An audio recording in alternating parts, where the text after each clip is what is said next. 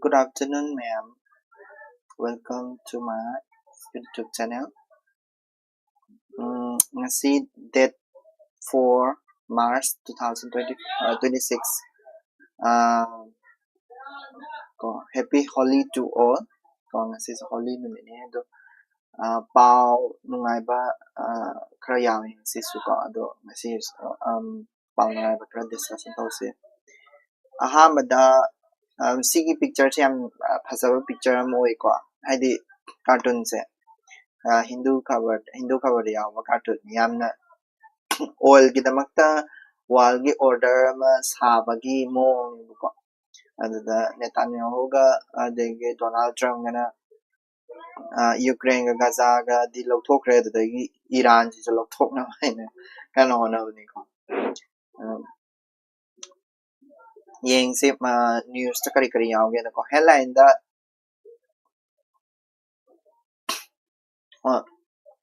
da better at Iran attacks all infra targets in West Asia. West Asia da oil infrastructure mayam ama Iran na thuai ba hore ko aduduni manas de sa height se degi US ka Israel gana attack taw se global gi khoi gi field di global gi field da di yam akai ba kana torok pa yai sini ko adegi India cannot remain impervious adi India je tumina lumla chanbe aro Gulf ki conflict sida chini ko Rahul na India ki silence ki matang wanga gre ko airline are operating over 12 special flights Saudi Arabia the 12 special flight ama to operate to begini ko adegi geopolitical factor behind the India's silence ko over Khamenei ko moigi supreme leader na shiba matamda ko ni India na silent oire sa kari ki marang bino habde matang gini ko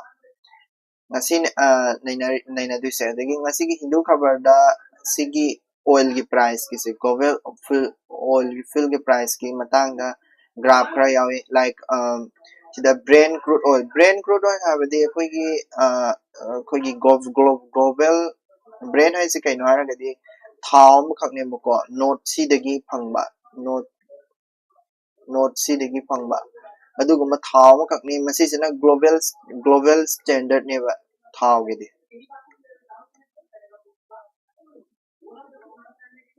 madugi global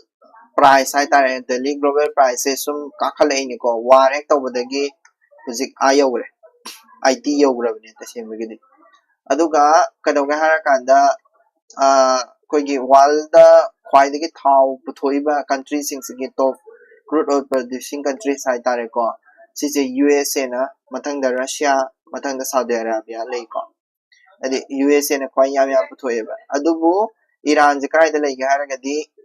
7 subada dudum su khang ko aduna impact se yamna lak pe ai adagi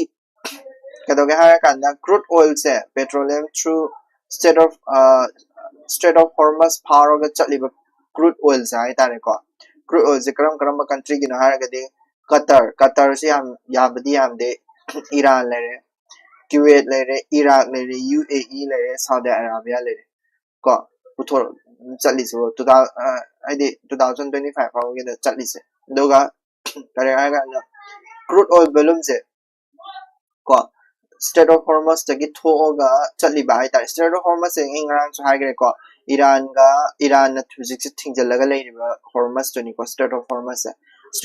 ki matang da so ai hujik nei na rakini ko so point me am ko Europe there other Asian countries id sida ko Japan South Korea maru oina China jini ko China ni Strait of Hormuz dagi thau yam leiri se India so lawi ko South Korea lawi Iran lawi other Asian countries ko Europe tiam na bulaude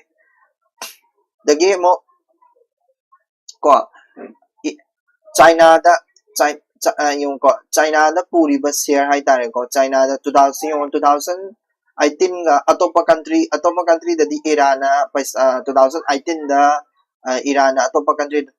tharame but 2018 da kai legi hai kan da USA na kadore USA na sanction me am thamjale kari मोगी nuclear deal दो थुगारगा sanction मैम थमे 2019 अदुन 2018 दगी sanction मैम थमजलपदगी पोचे चाइना ना लोई लेग्रे अदुने चाइना ना सुम इंक्रीजिंग तौर इज तो चाइना ना सुम इंक्रीजिंग तौर इज सुम माय अदु अतोपा कंट्री दि सुंग ले दे चमाने रे अकोई इंडिया सुने को सी अतोपा कंट्री दि यारिसा इंडिया सु जीरो द लेग्रबनी हाइदि चा ईरान दि सेकंड वम त थाम त लेगिद्रबनी को इंडिया सो चोक पॉइंट की मतंग से खरा मु हाइरके को चोक पॉइंट है से कइनो अखोई की चोक पॉइंट है से कइनो हारा kana masi thingjan gi taragadi अखोई की shipping route hai tare ko main oil oil putopa shipping route sigi mai gi stroll di masi je thingjan taragadi wal gi thau aidi thau thado thajin tawriba mayam je pungli aidi yam thine effect taw hai tare khudam moina hara kanda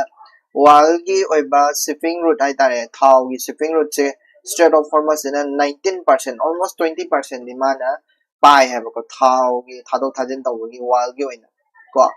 aduga sigi Cape of id si je pai aduga Strait of Malacca id Strait of Hormuz na yam pai ko hujik to akoina haina gre Strait of Hormuz da thau cam kana taw ga have do ko ko Strait of Hormuz tagi chaliba thau sing se karam country na Qatar Kuwait Iraq UAE sing chaliba yam sing ko aduga chalise kana China na main ni India South Korea Japan and Asian countries Europe ko aduni main oina koi ki sigi chok point je thingjan ba matam da Strait of Hormuz thingjan ba matam da main oina sok ti se karam area no haragadi koi gi sigi area sini main oina Asian region sini yam sok ti se India so ani China so ani Japan so ani South Korea so ani ko Asian ya to country man so ani thingjala pa matam da adi Strait of Hormuz I would say thingjala Strait of Hormuz se thingi matam da maritime choke point ko thingi matam da aduna aikoi se id hujik se thau je tangkhalak pa yare ko yam chin thina tangkhalak pa yare thau se ko atopa kano choke point khara lei atopa choke point jing je khara pal khara kano tar ke haira ke ko ai ha bada koi gi Strait of Hormuz le re ko number 1 da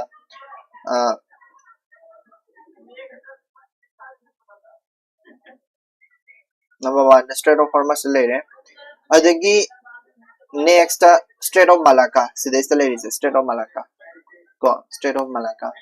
sigi Strait of Malacca is na second ni ko maju hadi 19.0 ni mana percentage ta ko 16.0 ni sisina walgi koigi ayamba sigi hadi oil transport tawna baise Strait of Malacca se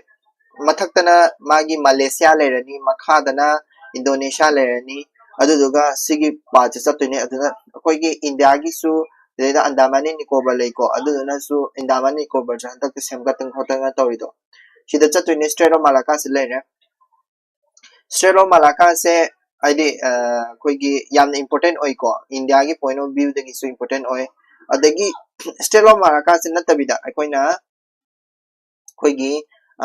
there's a cra chinchal being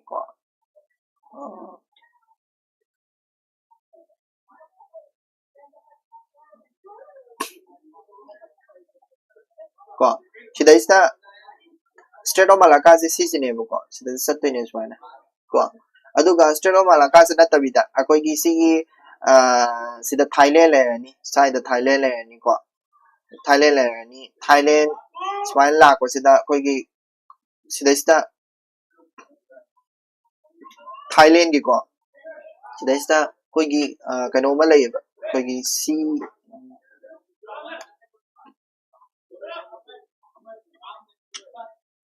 K KRA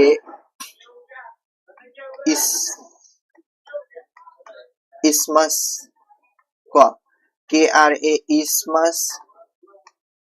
ko Kenya lai na malay sisi ay ngasi ang thengna bani ko ay amang do bok thengna de sigi Thailand gi kano se power ga Thailand gi moi gi kano hai tare sigi KRA isthmus hari se sisi power ga Kenya la mukak sai sisi Strait of Malacca se smaina chalini aduga sigi Thailand gi sigde sab canal amju phawi canal sina su tangkhai ma pui Strait of Malacca sida kai ko thingjala ma tam su canal sida tangkhai ma pui ko adu to kata khairam ge tawani C KRA Isthmus Canal hai ko ningjing ko kano da Thailand da lei ni ko adagi next sisina Strait of Malacca lai mathang da kano Mediterranean Sea da lei ba Suez Canal ko Suez Canal adi dependence ki matung ini ko quite important na bisi kaino sida lei re Strait of Hormuz lai re next important na bisi na kaino Strait of Malacca lai re next important na bisi kaino Suez Canal se lei re ko Suez Canal da chat pasina kya na distance kya ma ko ka samjan ga hara kanda akoi gi India gi Mumbai da gi Europe ta na chat pase Great Britain ta na chat pase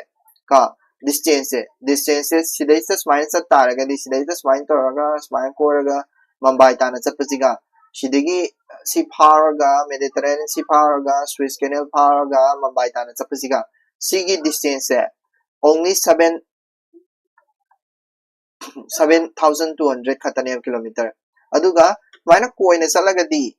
ko 12,300 kilometer ne abadi Sukumetik tangkai ma khena gare ba ko aduna Suez Canal se hang se am important oi ko Suez Canal se ma lere next Panama Canal sisu canal abani Suez Canal ahum lere ko like sigi KRA Isthmus Canal ha singa Panama Canal Suez Canal important oi badi bab al mandab sina se ke important oi ahum dikana no Strait of Hormuz ne sigi Strait of Malacca ne aduga Suez Canal ne moi home se important oi ko aduga moi home se khatang khang oi are Bab al mandab hai sina fourth time important oi bani Bab al mandab ko adugi Danish ki Strait aina Danish ki Strait na masulai Danish Strait ai sina ko gi moi da Strait ahum lei ba ko Strait ahum se yam important oi ko Strait ahum se pharaga ko gi kano Denmark ki European country Denmark ki Strait of the power ga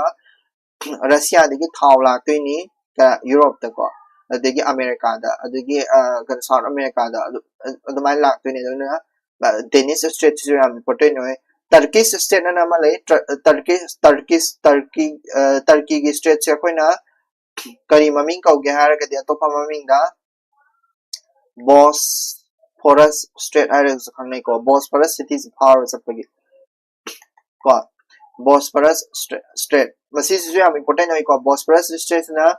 koi gi moi gi Black Sea ga ko si Black Sea ni ko Black Sea ga Mediterranean Sea ga or Sea of Marmara le ni aduga Mediterranean Sea le ni minus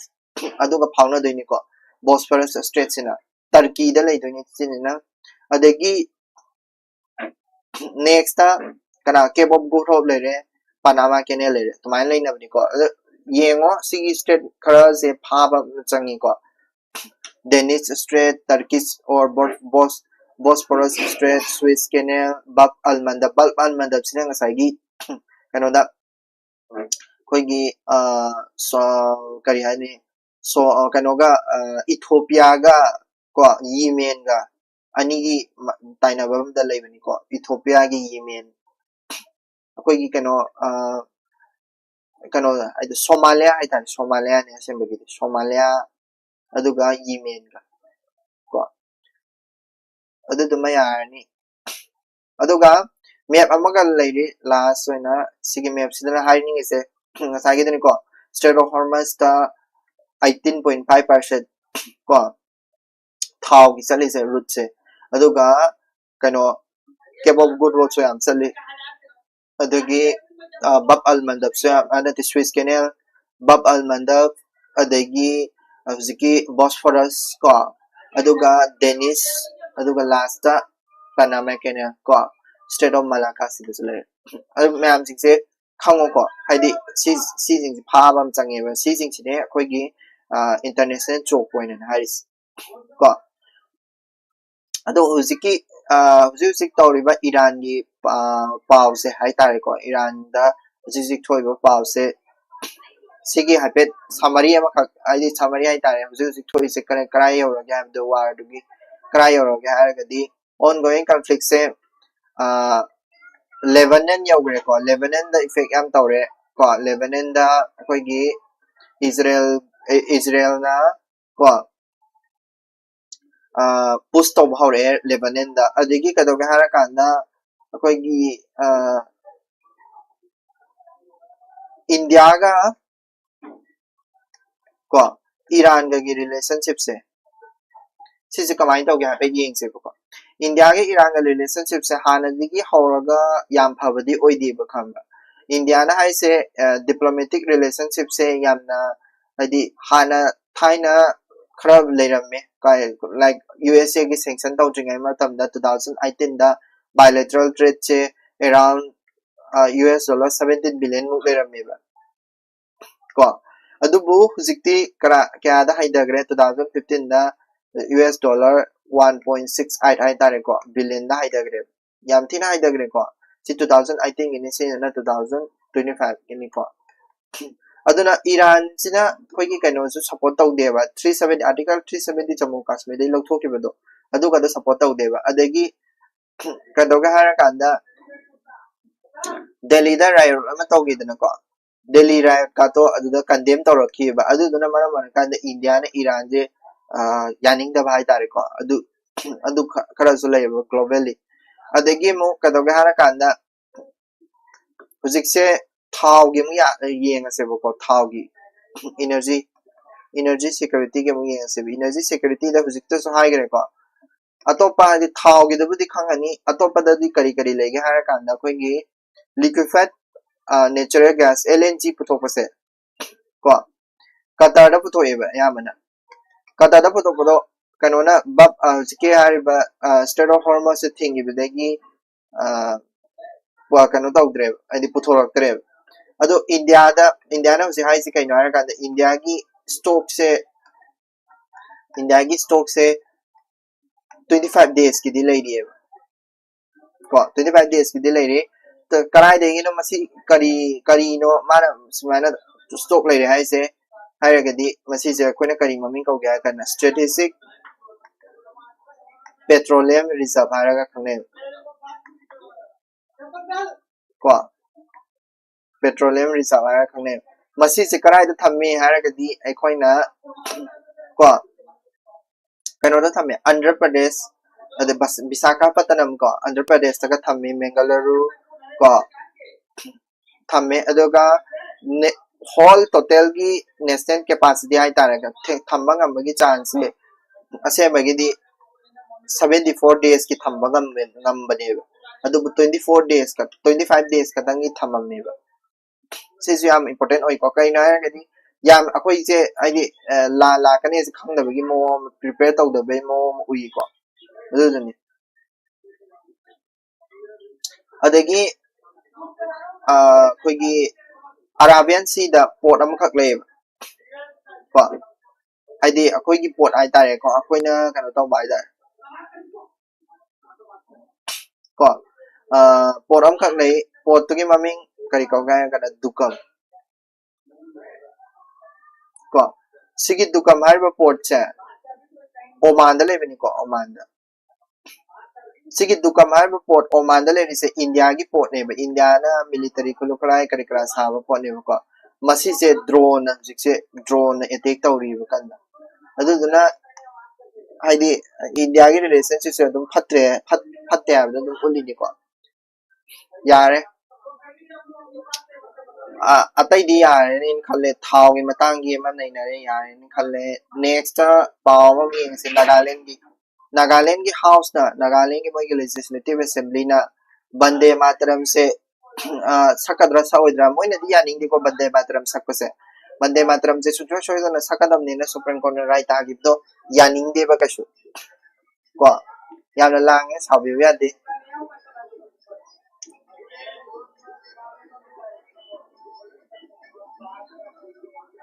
as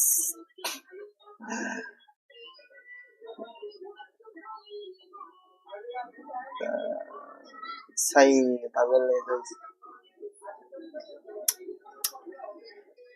Okay, Nagaland gi kano se mo yeng se ba Nagaland gi khoi gi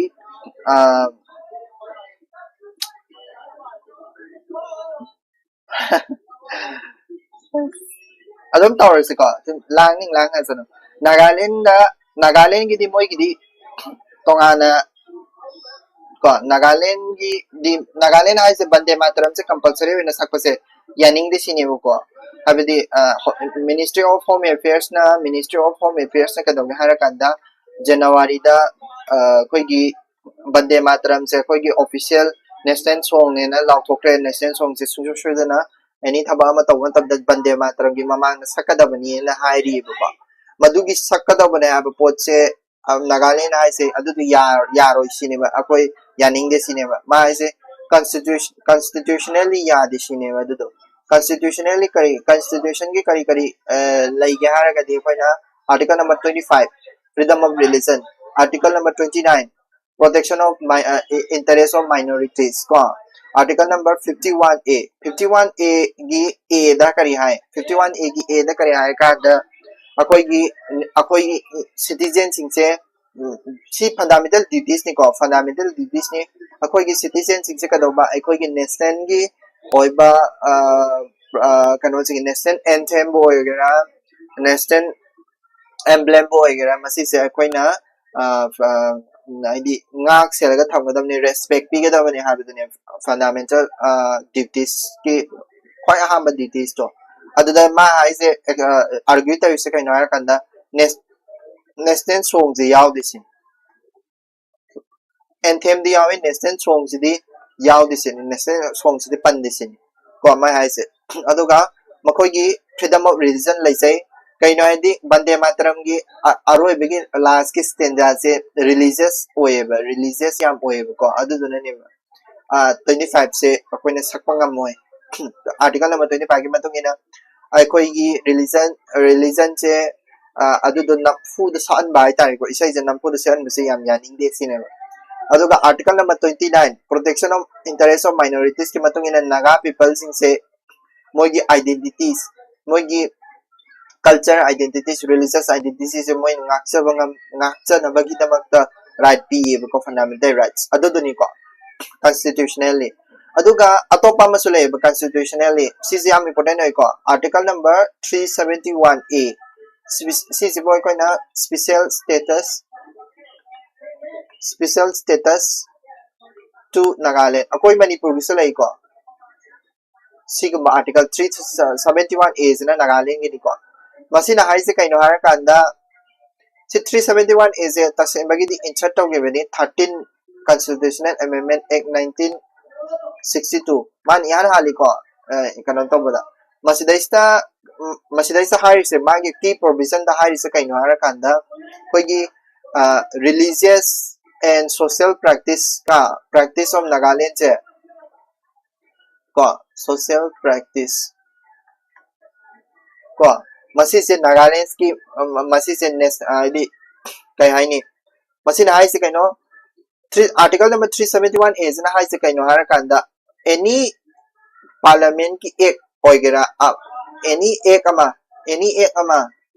ya amda kana gi through the sakadaba Nagaland legislative assembly gi through the chatkadabni sin adu chat Nagaland legislative assembly na resolution ama pass out taragadi any parliament ki ek ama oigera adagi rule and regulation oigera chanaba yarsin Nagaland legislative assembly is the power of chakadabni sin adu karam be hiram dana haragadi religious and social practice ta na customary law da ko adagi civil and criminal justice ko customary law ka mari na civil and criminal justice ko dima ko adagi ownership and transfer of land ko ownership and transfer of land ko siguma mayam sikse kadawga hara kanda kogi article 371A gi makhada lay ko gyan tarani ko article 371 se 371 kara lang ko sabi ba yan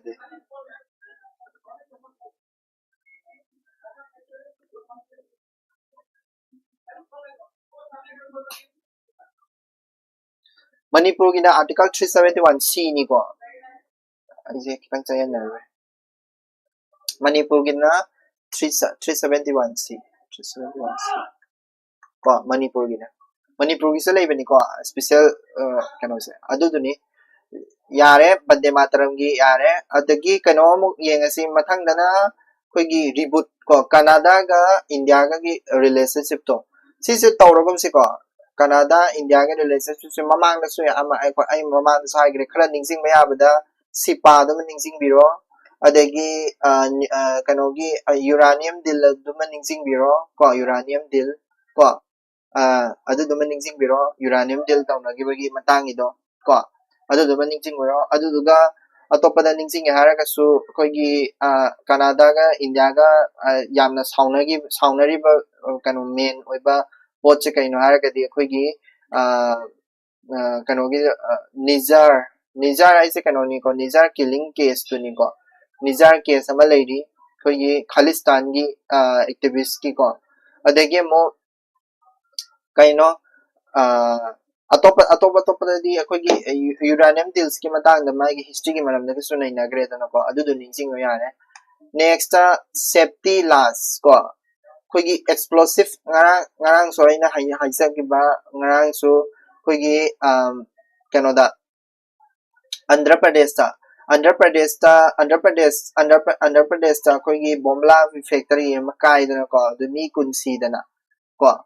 adu dugi matang da ni ko adu ngarang aina so hai gre moigi peso na male peso jing ko adi firecracker gi matang da explosive gi matang da masigi zim organization jini yeng chan doine peso adi kai ba petroleum ko and explosive ko safety organization masigi organization se karigi makhada leba organization haragadi department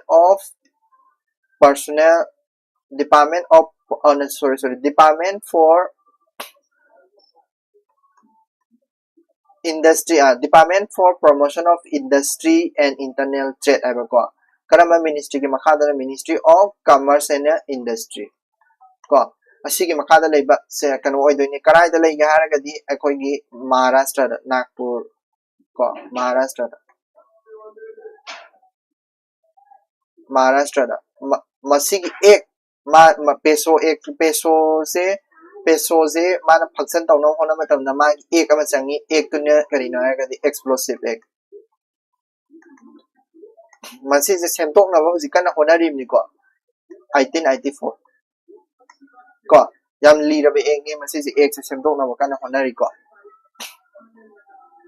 yamna nungari se kai na hara kan da Andhra Pradesh ki Nagpur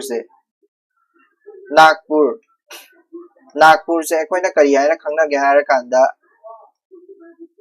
explosive hub hara khangne masidane akoi gi firecracker sariba adegi kari kara me ama sari je ayamba explosive hub hara khangne mas adu duga ka doga hara kan da Jawaharlal Nehru na suma se kai ko hara kan Little Japan hara ga su khangna me maru ina Little Japan je karamba city bu khangna ga hara kan da Shiva Kasi hari se Little Japan kai na di firecracker gi kari kara gi industry me ama sab to se desa si je makhang ani ya next Pakistan gi arm sales Pakistan gi si na Pakistan gi kano sina akoi gi Pakistana kano je akoi gi JF 17 Thunder na ma le ba moi gi fighter jet ama sigi fighter jet che kano da yon bai tare ko koi gi Pakistana Libya da yon bai tare Libya da Pakistan ko Libyan National Army da yon ko aduna sigi arm deal se ko India na sukhra lumna lobam thoi sine bu ko aidi JF 17 Thunder jet che yon ba se masi se ayamana kara Libyan sidbadi Libyan da yole atopada Sudan da ka su yon ba le ko adoi matungina akoigi ini kai hai ga kanda akoi India su thabak paikhat pa ma changi sini ma masiga articles and hairse facts kara yeng se ko facts kara da ka do ga har kanda SIPRI anal report body phongba ma khaklei SIPRI report 2025 ke matung ina koigi India se ka do ga har kanda India se world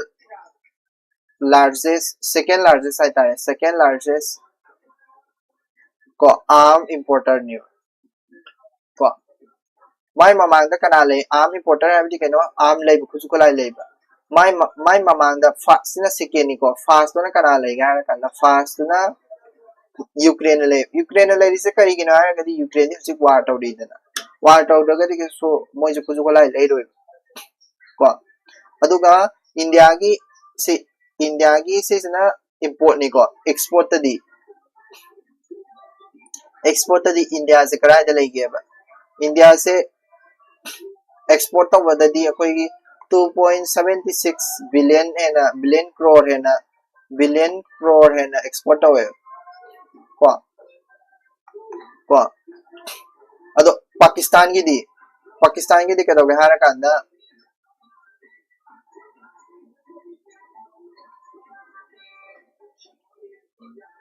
sorry billion crore na te ma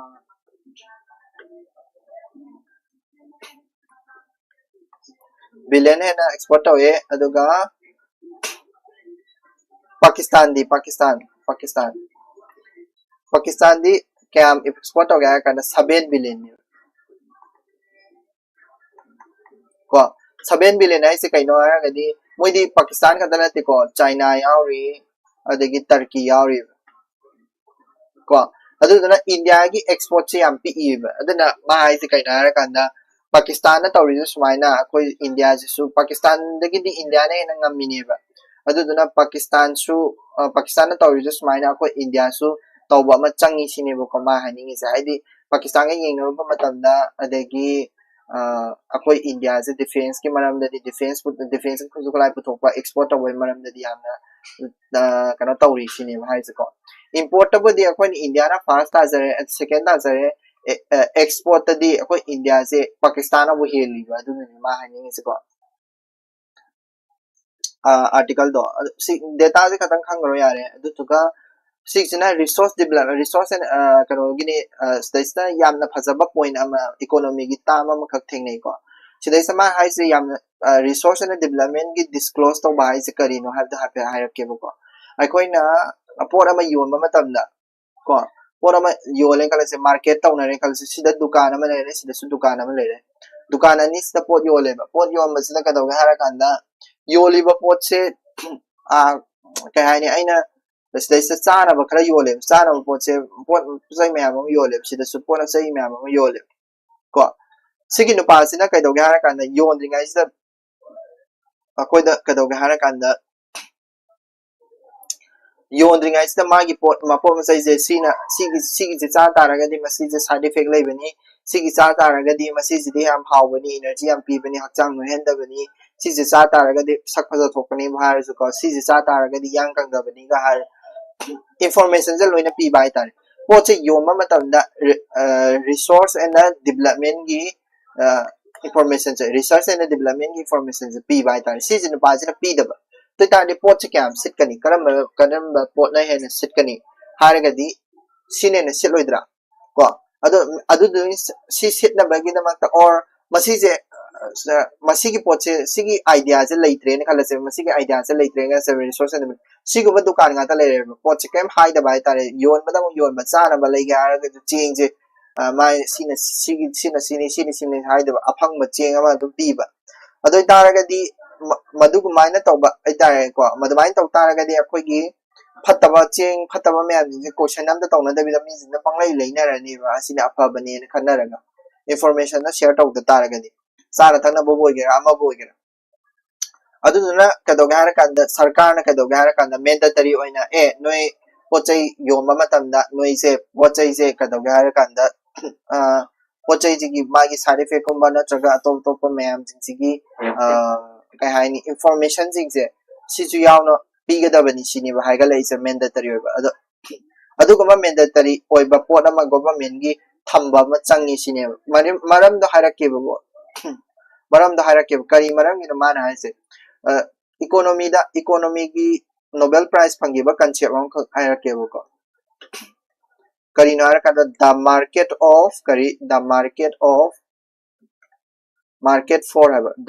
for lemons and lemons the market for lemons masi ki lemons ki market se masi se karana puthoke bin haragadi George A. Akerlof na puthoke bin Nobel Prize and Nobel Prize economy da phangmani ko asi se 2001 da sorry masi ki concept se kaino harakanda masi sina explain tawri se kaino harakanda market failure due to information asymmetry habadi manadaba habani ko na manadaba asymmetry ko asymmetry is information asymmetry is kaino harakanda seller ga buyer ga se ko information leibagi chang the seller sina yam hen bai tar informations buyer de information asymmetry is ko seller dagi another buyer dagi seller na hena information se yam lei bai tar information mangonda na information se pai ge lei adu to ni ko ma ise adi market for lemons ise ko se example la wina ma hai ge ko akoi gi lemons ise kaino akoi gi phattaba po bet abene ko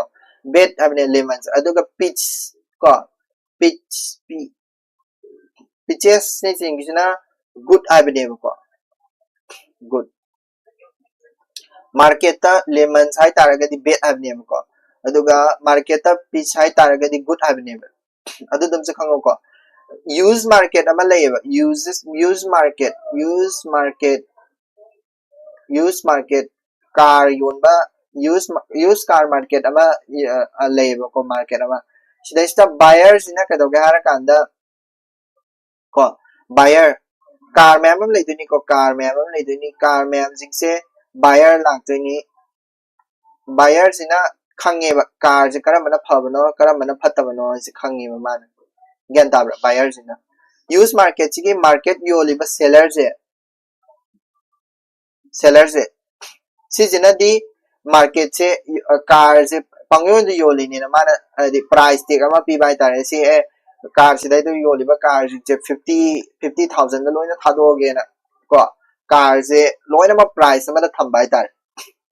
buyers seller use market car je da buyers in sina di khange ba car je sina phabani sina good ni ko sina bad ni sina good ni sina bad ni haibdu khangmani na seller sing si di khangde seller sing si di kai to ga kanda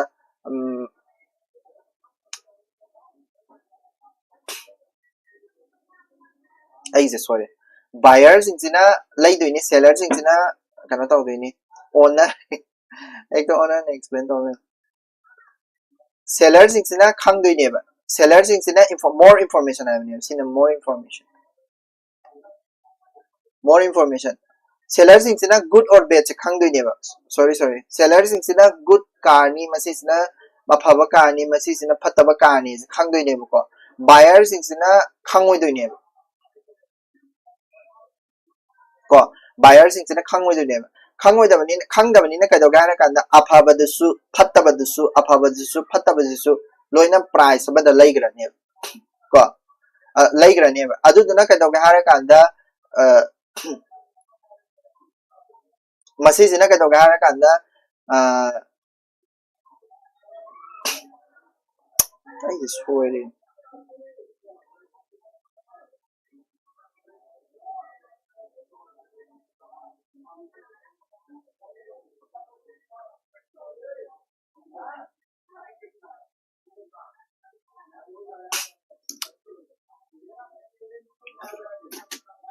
price sakrai de cha do chiki do soi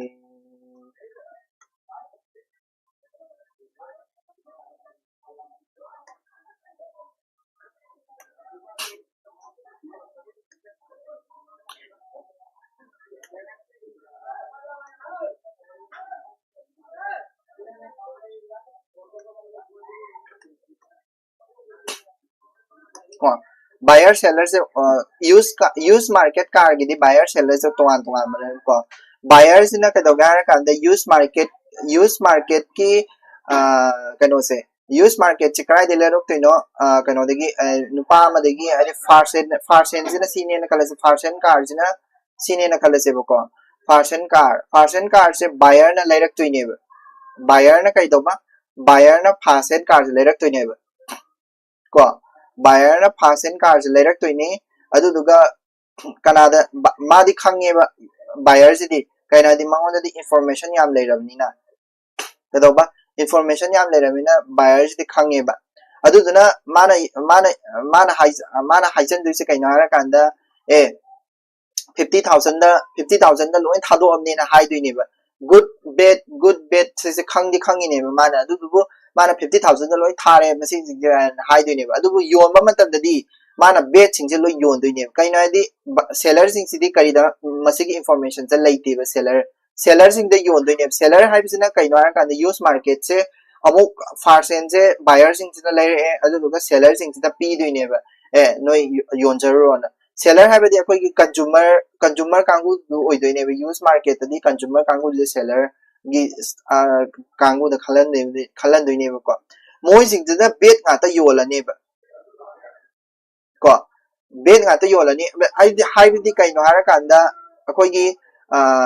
kai ani market fail oi hai chi kai no hara kan da sigi information asymmetry leibsina information se manadana leibsina maram ora kan da afaba kano se afaba car ga isina thamjalauraga phattaba car jingsina yon thokpa natraga su afaba car jingsina moina tongana yon gi bako ado phattaba car nga da market se da laihoba adu maina taw thine habidi meaning di market se skewed to by tare ko skewed to economy concept se an luini skewed to ba ai tare adu dana mara mara kan da information khangbaga khangdabaga ani se profit hena tanana khona matam da seller sing se profit tan nga maktaba ai tare ko phattaba ka ji kamai yolu duri market ta dom fail ore dana ko adu duni ko ma hai ning se adu duni sigi sidai jab sigi pa article se pa biro adu doga amena khangani ko ai explain to se hai tre sigi economy concepts sorry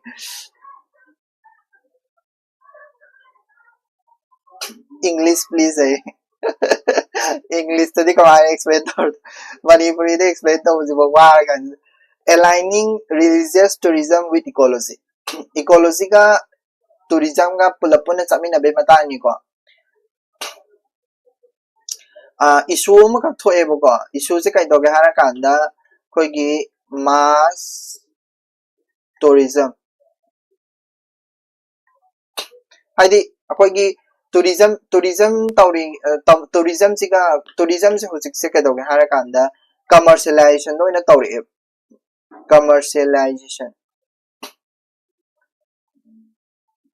ko commercialization na tawrapani na ka doge hara kan da masi sina tourism sina ka doge hara kan da tourism se commercialize oina haidi paisa to na mi kitangi khalak padagi di ka doge hara kan da forest adegi ecology da ko forest ecology da akai bala e hojik se ecology gi ecosystem da akai bala ko asisina maram ora kan da ka doge hara kan da akoi gi kanona koi gi union forest haidi ko forest ministry na ko for environment ministry na ko environment ministry na ko ministry na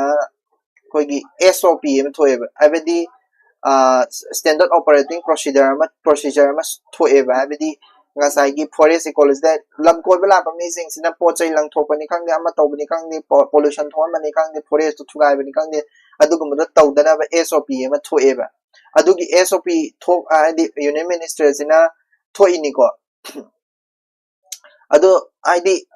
thole gi maram ji su gujarat ki wildlife sanctuary amada akoi gi kai haini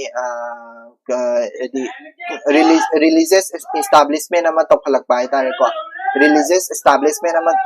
torok paduda koi gi as pila religious establishment ama torokpa religious establishment ama torokpa duda adudi commercialize tore ini dana ko haide forest area duda aduguma establishment ama toksalakpa haise aduduna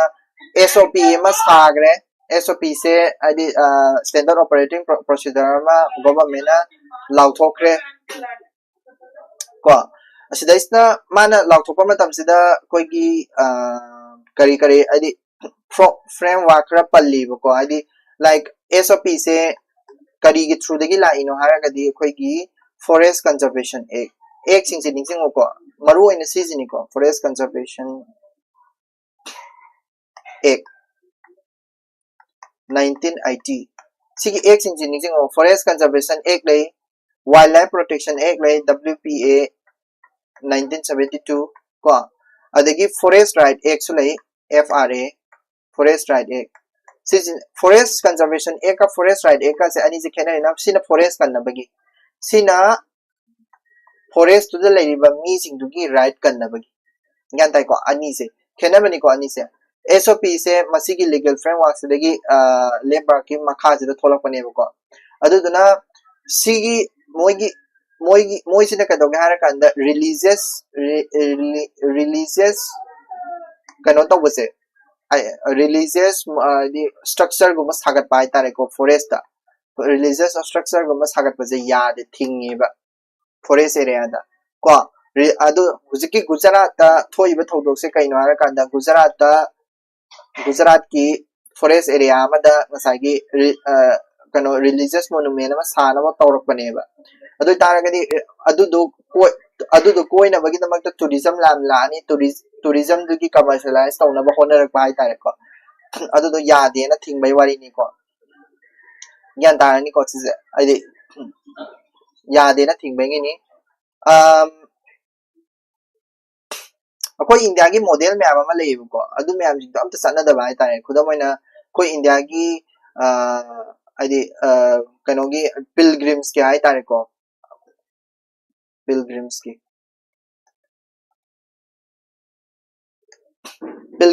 chatpagi matang sida model me ama le model me am jing to amata ai phasana chatna deba koi india gi ai pilgrims ki ai green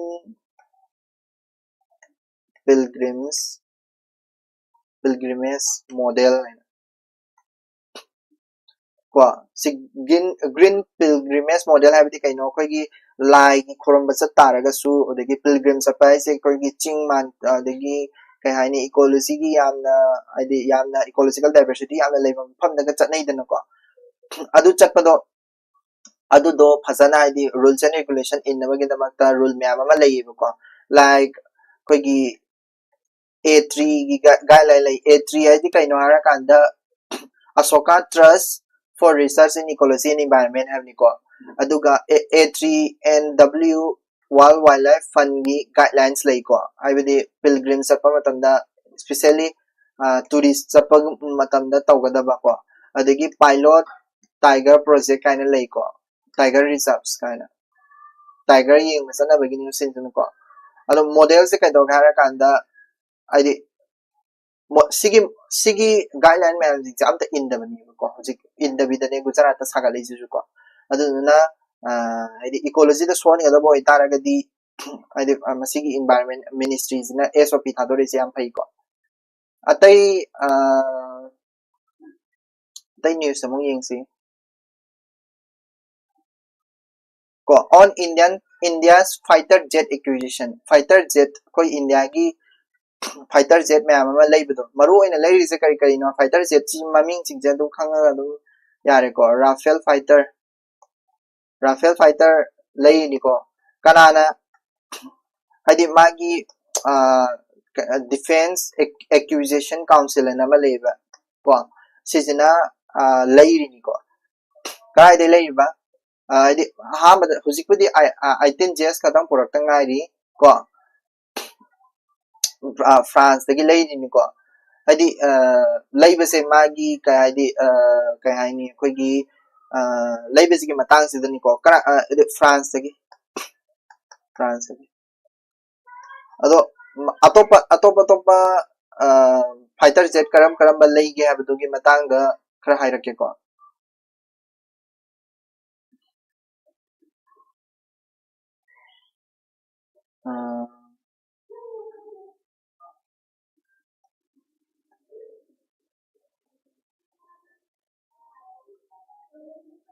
sisi kaino gallium nitride technology hamne ko masisi kaino sisina radar system ni ko radar system ni sisi lairi ni ko adegi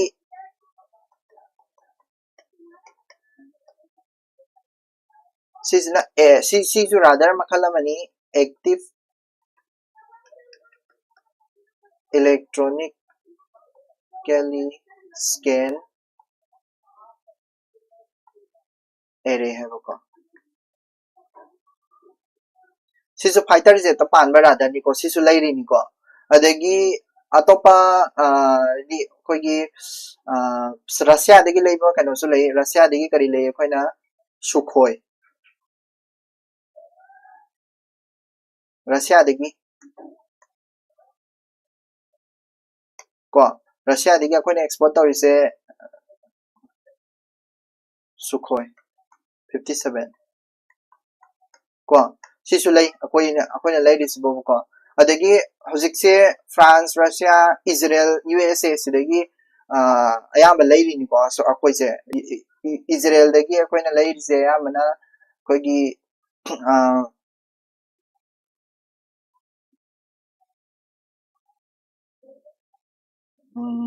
sigi model se ngasagi sigi GAN model adegi sigi radar model sigi leibanate sorry leibanate sise akoi India na puthok saba model ni radar model ni radar ko sise akoi Indian radar system ni India na puthok saba radar ni ko aduga Canada yonba Armenia daga yoli ko ina ko sigi tam sig jing oina khansalo yare se Sukhoi lere dagi sigi DAC kanona Rafale fighter gumbada hapa radar duni ko sise ko Rafale fighter da hapa radar duni tai di yare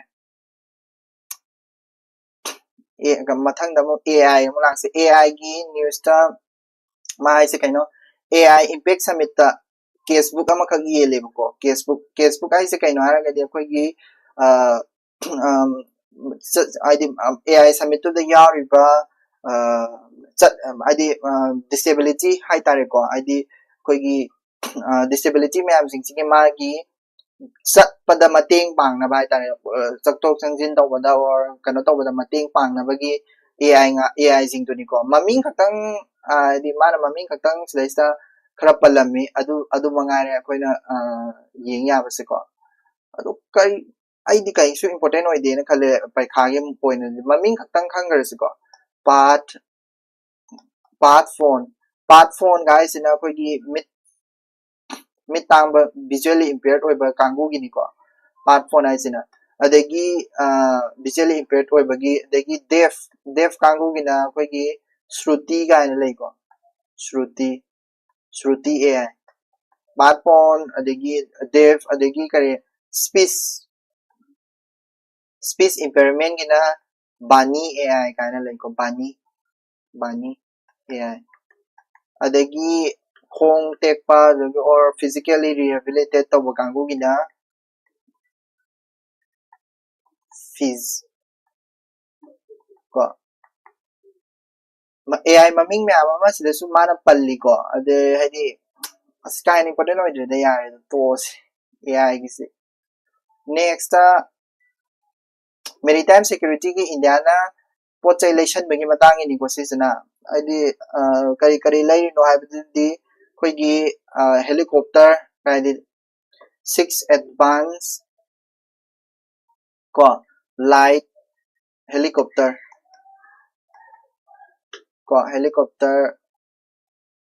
MK3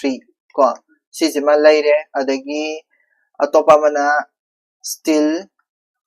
surface to air missile ko sisu laire maritime security ki ni ko sisu laisal is 50,000 crore ko yare sisima su id kind important oi de sina hal na leibani ko id Hindustan Aeronautical Limited hybrid kanam haidina aduga Russia dagi laidini Russia dagi ko Russia dagi laidini next atopa news atopa dadi ko healthcare workers sing Gen AI sine Gen AI is generative AI habni ko Gen AI is sizinabagi matangni haidi akoigi Gen AI is sizinaba matamda patient sing sensitive patient ki data ma'am jing leak oirapagi chance ya wang isini ko ma haise ko adu kai haini hoi chumji chumme haidi kana patient ki data ko nimok se AI du loi thajan doine ko adu na akoina seasonary AI gi makha yam pole ko like akoina akoigi data ma'am jing Google Drive Gmail OneDrive ta ka loi hapkatli dana ko aduguma one tege hapchupado dumaina chat gpt gumba adigi anthropic gumba season taragadi akoina Gen AI gi accounts season aduini dana akoina koi jiksine idu chat gpt da thagaliba koigi any photo oigera ama oigera chat gpt gi sumagi drive tawna leina chawna magi data jing lo shape tawraga thammiba aduna haidi chat gpt hojisu ai thajaba yaba na teba Facebook kari kara meta gi kari kara gi app ma'am su thajadrabni na ko aduduna ni ma haise ko koina aduduna kadoge hara kanda koigi data protection digital personal data protection bill ek kano do ek se khara thuna chanana bagi haidi khara hena mapangang kangkhan bagi matang su sidesta haini ko dagi ya yami kahen important oi bidinate mandatory UIDIA na kadoga harakanda biometric capture tawebo ko adi school gi angangsing school gi children 1.2 crore hen ba gi children ko sisida kadoga harakanda adi masise kanogi ni ayamana kari gi no haragadi UDIS ki ne ba UDIS sai se UDIS plus ki UDIS sai se kaino unified district information system for education plus ko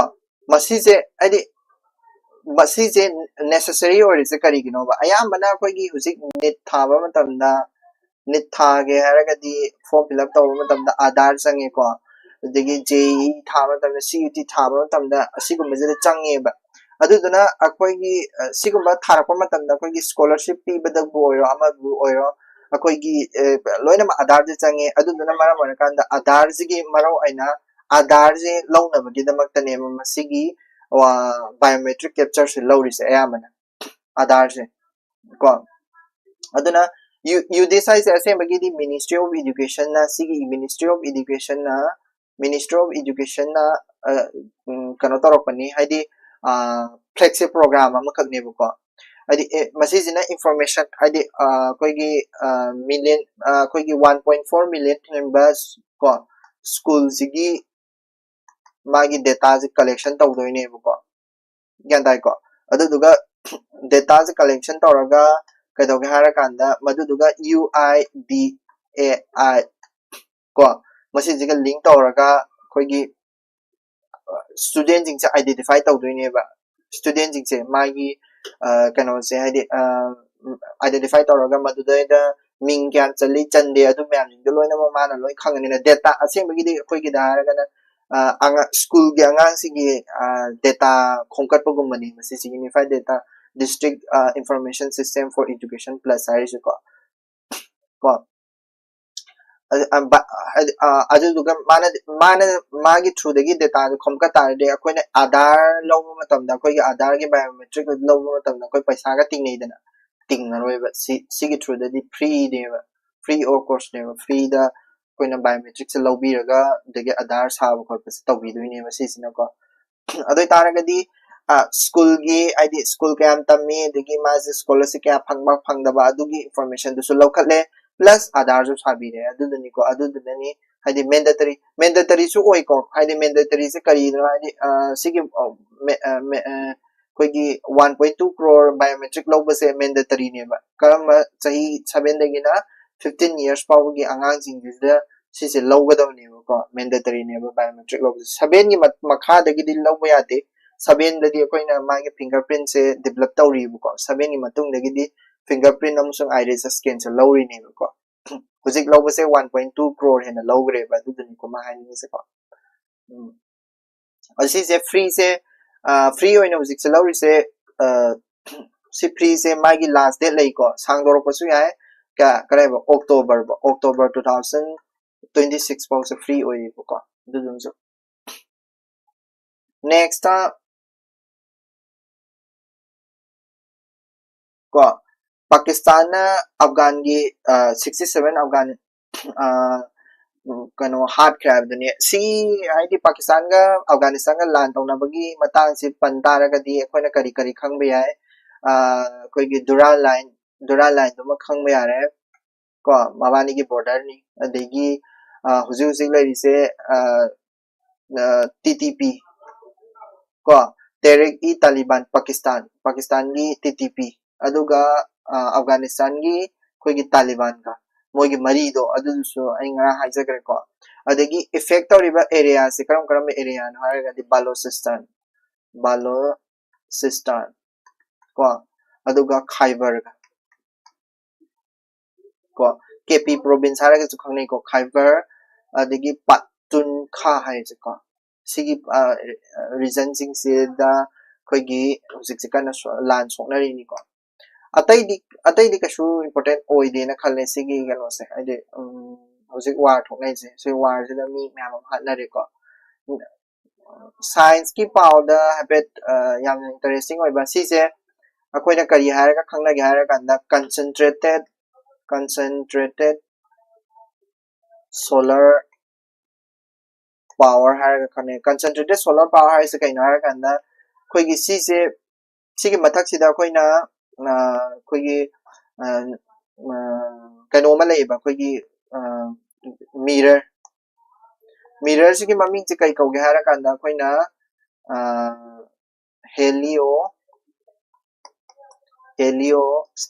heliostat ai se mirror ne buko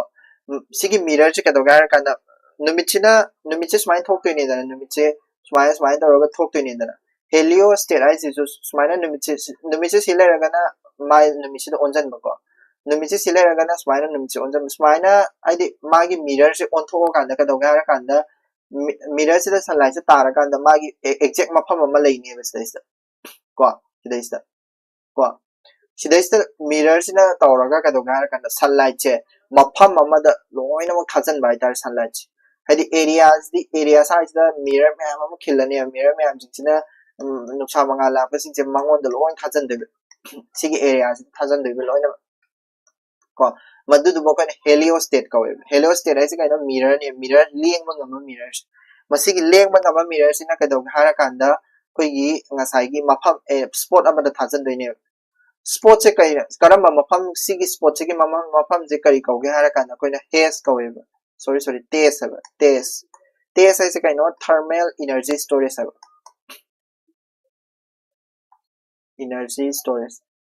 thermal energy storage sida koina liquid am khak lei ko liquid se koina sawdo ani heat store to wang am liquid ne adi ma se sawdo ga lei doi ne sawdo ga lei ra kan nga sai gi thermal energy ko thermal energy storage ko thermal energy storage na kadau ga hara kan da masi se heat store to lei doi ne ba sing na sa ba gum ne heat store to lei ni na store to lei kan da koina nuksa ma se phangdra kan da masigi thermal energy storage ki magi masai heat store to jage se masi je release to khala kan da kadau ba numidang da so energy puthok doi ne asi jiga akoi gi solar traditional oi ba solar akoi gi PV do solar panel akoi gi photovoltaic panel leidana ko akoi gi solar akoi gi hujik season ba solar cell gi season me am se photovoltaic ko e ma se ko photovoltaic cell sing se masi jing jiga ngasai gi sigi thermal concentrated solar power sing sigi khenabase kaino harakada amadi numidangda mai piba ngamneba haibdi ngasagi concentrated solar power sidi aduga ngasagi photovoltaic solar panel sing sidi nuksa thoktragadi mai piba ngamdeba koigi solar plate sing sibu nuksa thoktragadi mai piba ngambrane piba ngamde ko adubu ngasagi thermal energy storage ngasagi liquid sizinaraga kano tawbasidi solar cell sidi kari principle so pale moidi molten salt ai tare ko molten salt store tawbane moi cheaper su oi ko aduga moine na tangi yam kuina ju chali moidi amutang sagragadi koi saba matamdadi paisa yam tingi ko but yam kuina ju chali ba aduna tam jing je khangoro paikha concentrated solar power haba concentrated solar power sina kari season ba molten salt na traga moigi liquid form da lebese masi se kari na mating pangi heliostat ai sina mirror leng mangam mirror masi gi mirror sing sina ngasai gi spot amada mai je loina muk store to holaga thermal energy storage hai se sida is store to holaga salt se molten to holaga mahi lang to holaga heat se store to thamdoi ne ko adudani sida lore ngasi gi cover khara lang re sawya de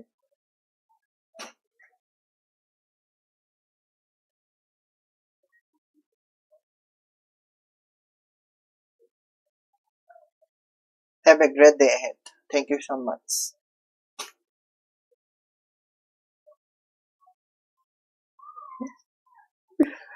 This totals